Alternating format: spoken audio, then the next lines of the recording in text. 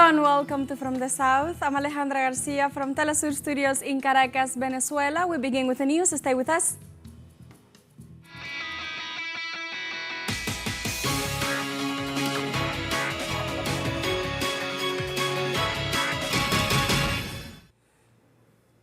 In the United States, polling stations open in a very tight presidential election that will define whether Kamala Harris or Donald Trump becomes the next U.S. president. The opening hours vary by state and municipality in the country, but are mainly between 6 a.m. and 8 a.m. local time. More than 240 million people are eligible to vote this November 5th for president and vice president of the United States. As of this Thursday, 75 million people had cast early ballots, a record high. The United States has a system of indirect democracy in which elections are not decided by popular vote, but by the allocation of electoral college delegates in each state.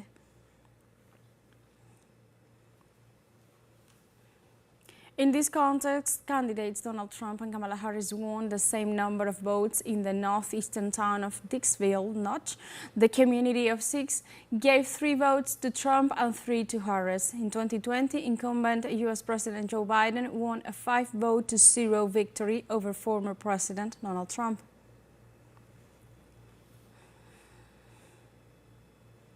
And to know all meanwhile, voters in Pennsylvania comment on their main concerns after casting their ballots. The main issue for me is the continuation of our democracy. I don't want an autocrat. I don't want someone who is convicted of a felon to be the #1 person in our political environment. America great again. We need jobs. We don't need another 4 more years of high inflation, gas prices, lying, close the border, murder. America comes first, and Harris is not going to support that. Good lately, but I feel like she's going to put us back together. I think that, she'll put the whole community, the whole world back together again, because we're so divided right now, and she's about peace, and everything that her opponent has to say is like really negative all the time, like nothing ever positive, everything. So I feel like, that's why I'm voting for her, because I want peace.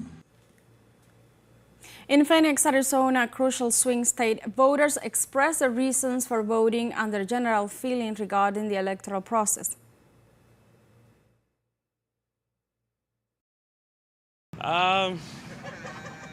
Both candidates, they're not my first picks, and they weren't even either on my top picks. I'm voting Harris if that even matters, but I'm just nervous about what's going to happen. And why were they not your first picks? Trump's policies don't really align with mine. I agree with some of Kamala's, don't agree with all of them, but in this case, I'm choosing the less of both evils, if you want to say that. Absolutely. Abortion rights. I really want us to have access to safe and legal abortions in our state and across the country. So that was one of my biggest issues that I was voting for today. And as well as voting against anti-immigrant policies being implemented in our state.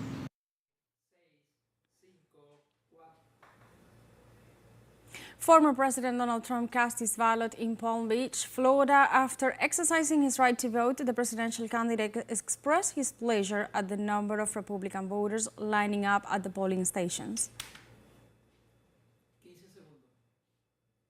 No, I feel very confident. I have felt, we went in with a very big lead today, and it looks like Republicans have shown up in force. In Cincinnati, Ohio, U.S. Republican Vice Presidential nominee J.D. Vance cast his vote on Election Day. This is what he had to say after voting. Well, look, I think our message is, first of all, we do expect to win, but obviously no matter who wins, half the country, as you said, is going to be at least partially disappointed. I think my attitude is the best way to heal the rift in the country is to try to govern the country as well as we can, create as much prosperity as we can for the American people, and remind our fellow Americans that we are all fundamentally on the same team, however we voted. In this context as well, hundreds of migrants set off from Tapachula in southern Mexico, marching northward along a road to reach the United States. The caravan departed as the United States holds its presidential election. Those on the road travel amidst uncertainty as they do not know what situation they will find at the border, depending on the electoral results.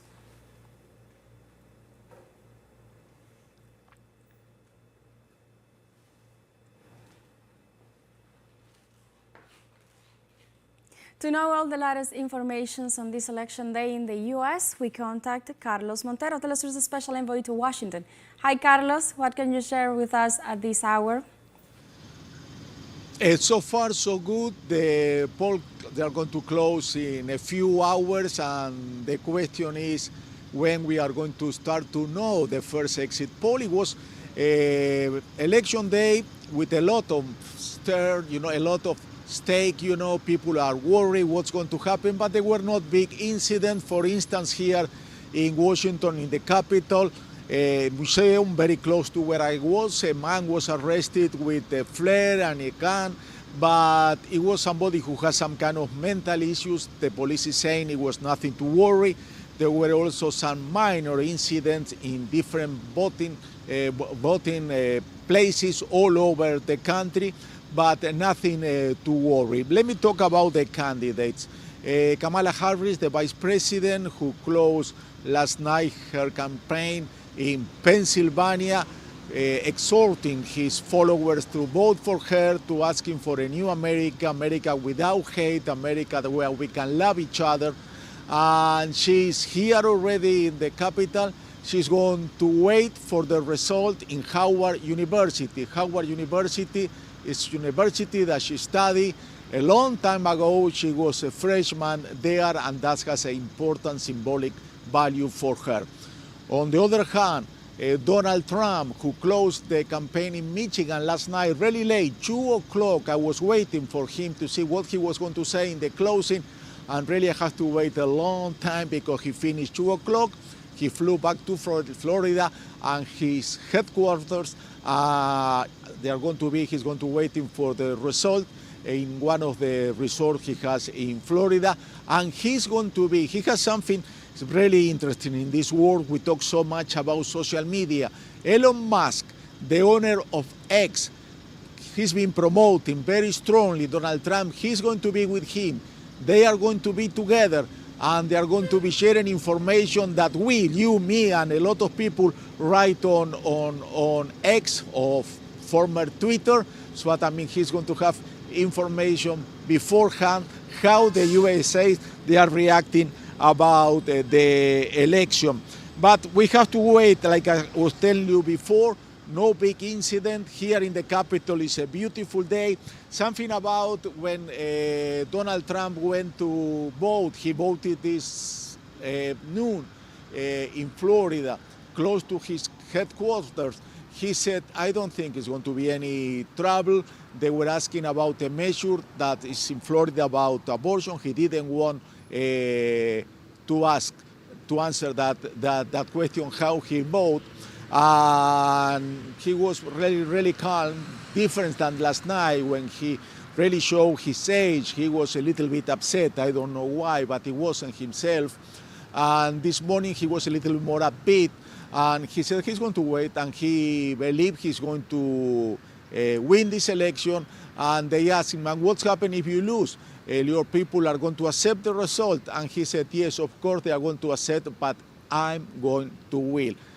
What about the polls? So far it's a tie, but let's wait for the exit polls to see if there is any difference. But so far we're still waiting. In a few hours they are going to start the first states that's so important. There are 7 states. They are swing states. They can go like North Carolina, like Georgia, like Arizona. They could go either way.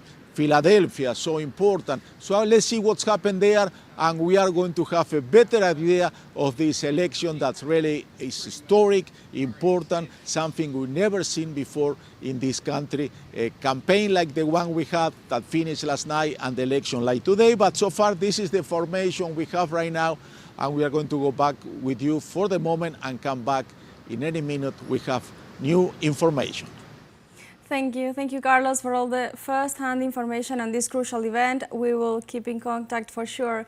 We were listening to Carlos Montero, TeleSUR's special envoy to Washington, one day at this moment during the elections in the U.S. And with this report from our colleague, we are going to take a short break. But first, remember you can join us on TikTok at TeleSUR English, where you'll find news in different formats, news updates, and more.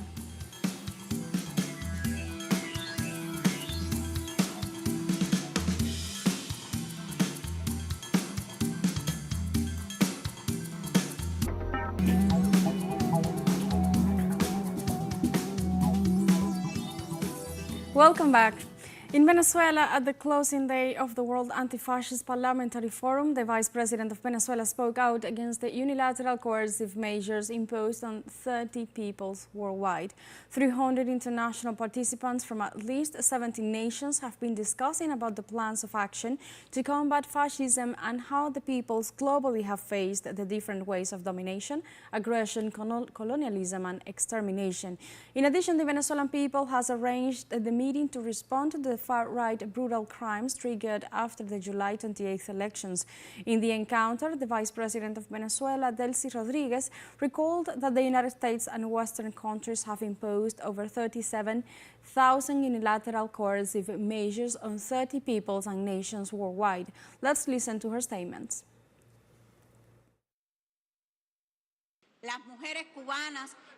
Cuban women, the lawmakers that accompany us as part of our delegation in this forum, we all pronounce ourselves as well, and we stand for the cause of the Palestinian people, that is the cause of the Cuban people, and that is the cause of all the peoples worldwide. And of course, it is the cause of us women standing for the Palestinian women in the struggle that will triumph. On behalf of Cuba, on behalf of its women, Palestine will win.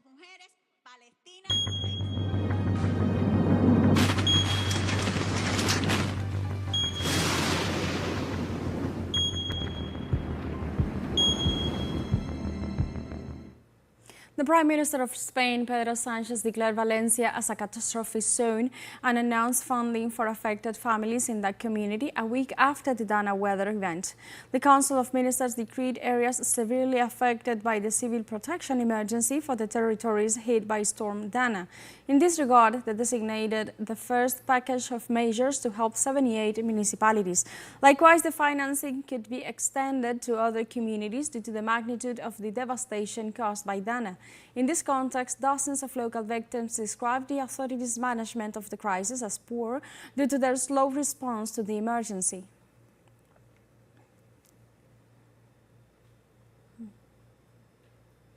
The National Civil Protection System of Panama reported on Monday 5 fatalities from sustained heavy rainfalls and floods in the last couple of days. Authorities registered that over 1,500 people have been affected by the heavy rainfalls, noting that the country is still on alert at national level. The storm Rafael has caused rivers to swell, landslides, floods, trees to fall, and bridges to collapse. The Meteorological Institute forecast that the intensity of rainfalls will increase in the next hours as a result of the storm. In Indonesia, authorities reported on Tuesday that over 2,000 people had been evacuated after the eruption of the Lower Tobi Laki-Laki volcano located in the east of the country. The volcano erupted on Sunday, forcing the evacuation of 2,472 people. The lava and burning rocks impacted the settlements closest to the eruption zone, killing 10 people and injuring 64, including one in critical condition and 31 seriously. In this regard, the Indonesian Disaster Agency reported that flash floods and cold lava flows could arrive in the next few days. The local government declared a state of emergency for the next 58 days in order to provide aid to the 10,000 residents who were affected by the eruption.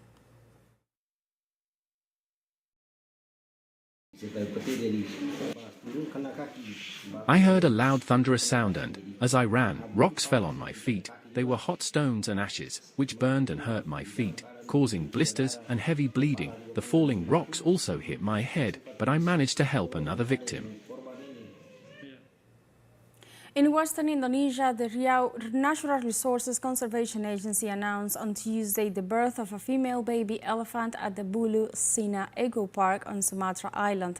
The Worldwide Fund for Nature noticed there are from 2,400 to 2,800 Sumatran elephants left.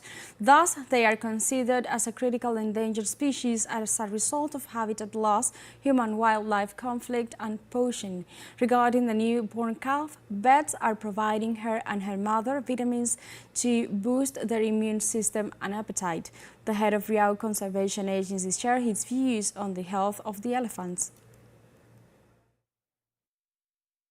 Alhamdulillah, anak gajahnya sehat gitu ya. Thank God, the calf is healthy, and as we can see, he moves around normally. And so is the mother, she is healthy. For the mother, we give her vitamins to help her recovery after giving birth. We have a second short break coming up, but before we invite you to visit our YouTube channel at TeleSUR English, there you'll be able to rewatch our interviews, top stories, special broadcastings, and more. Hit the subscribe button and activate the notification bell to stay up to date on the world's most recent events. Fine, a short break, don't go away.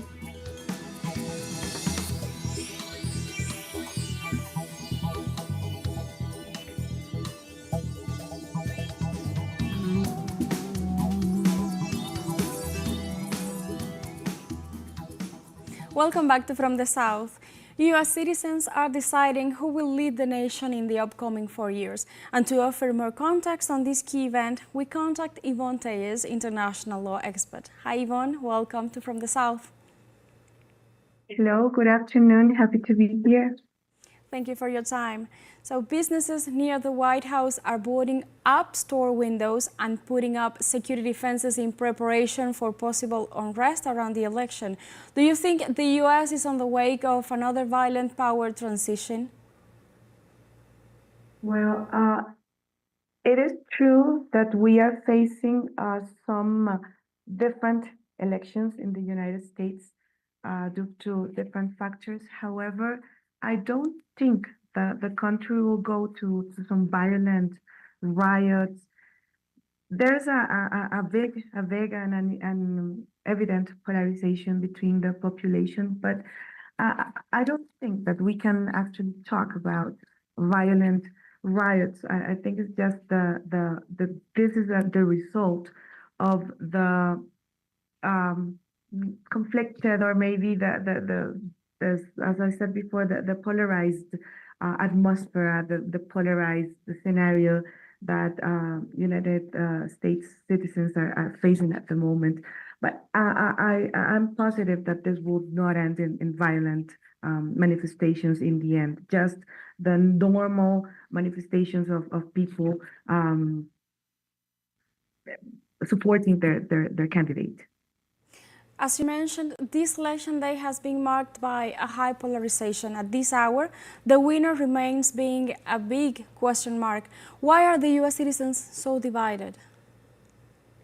Well, there's some very strong events and some very important events that we have to take into account, and that those do not just belong to the current election. I'm talking about the 2024 election, but the what we have faced before. Remember, for example, that Donald Trump has been racing for these elections since the moment he dropped out, or he ended his period in office back 4 years ago.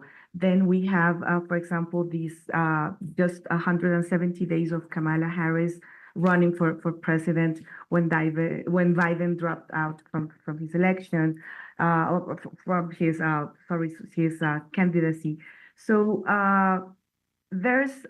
we have Ukraine war, we have the Gaza genocide, we have China. I mean, we have some very strong topics, also climate change, the abortion that has been on the main tabloids and on the principal line, also immigration issues. So this, of course, Kamala and Trump reflect a very strong and different point of view regarding those topics. So that means that even your you're in or you're out, you're in favor, you're against, because their flags regarding these topics are completely different. So I think that reflects a very strong opposition between ideas, supporting each of the candidates. Also because they are reflecting their discourse, their campaign lemmas, their discourses, their public discourses, and of course what we've seen from them, talking about Kamala in office and talking about Donald Trump during this whole time, has been completely different, and they have opposed each other very strongly. So that means that I think the United States citizen has been facing very strong lines that differ very evidently. And so that means that could be one of the answers why they are facing this strong polarization. The whole world has its eyes upon the US. Why is the general elections a key moment, not just for the US society, but also for the rest of the world, the entire international community, especially for Latin American countries? Yes, of course, because we have to take into account that United States still holds one of the main roles in the international scenario, just to begin with. Second, we're talking about for example, one of the strongest polarizations between, or the strongest, in a way, cold wars between the economic system right now. I'm talking about China, I'm talking about Russia, and I'm talking about the United States, also because what happens in the United States has a strong impact, because that has to do with the foreign policy, with economy, with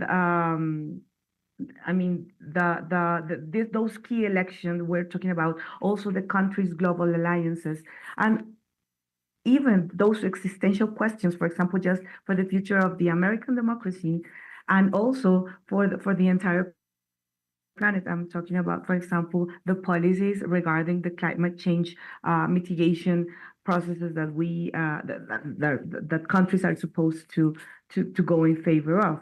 So that means that we're talking about, for example, how the United States is going to face, in this case, the strong raise of the BRICS bloc.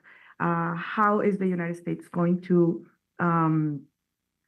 assume how the dollar and the inflation that they have been facing during this last years, how are they going to manage, and how this is going to impact? Also, another big topic that has a very great impact in worldwide, it's immigration, because we're seeing that as far as Trump has said and has stated, he will go back to this strong, very anti-human rights measures regarding, for example, immigration, and banning some countries and banning some citizens from different countries.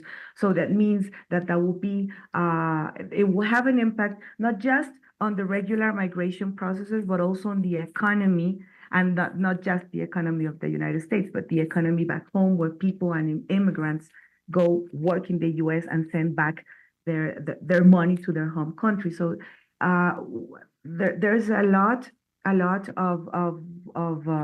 topics that depend on the United States good will. Also, another, I think the two main conflicts that we're seeing right now, and I'm talking about Ukraine and Russia, and the support that and the role that United States is going to play by supporting or not Ukraine and Ukraine's weapons, in this case, just to defend from Russia, or a more not just so clear position that what Trump reflects regarding Russia and Ukraine, and also, of course, the Gaza and Palestine and Israel conflict that it's escalating right now and is now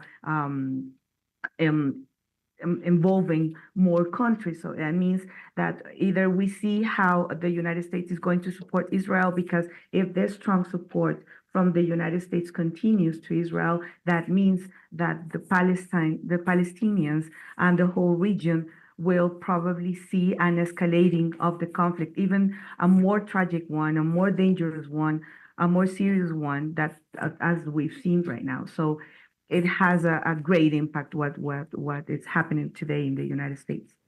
Thank you, Yvonne, for your time hearing from the South. We were talking to Yvonne Tellez, international law expert in the framework of the U.S. general elections. And with this interview, let's go to the end of this news brief. But remember, you can join us on TikTok at TeleSUR English, where you'll find news in different formats, and also follow us on our social medias, Facebook, X, Instagram, Telegram, and TikTok. For TeleSUR English, I'm Alejandra Garcia. Thank you for watching.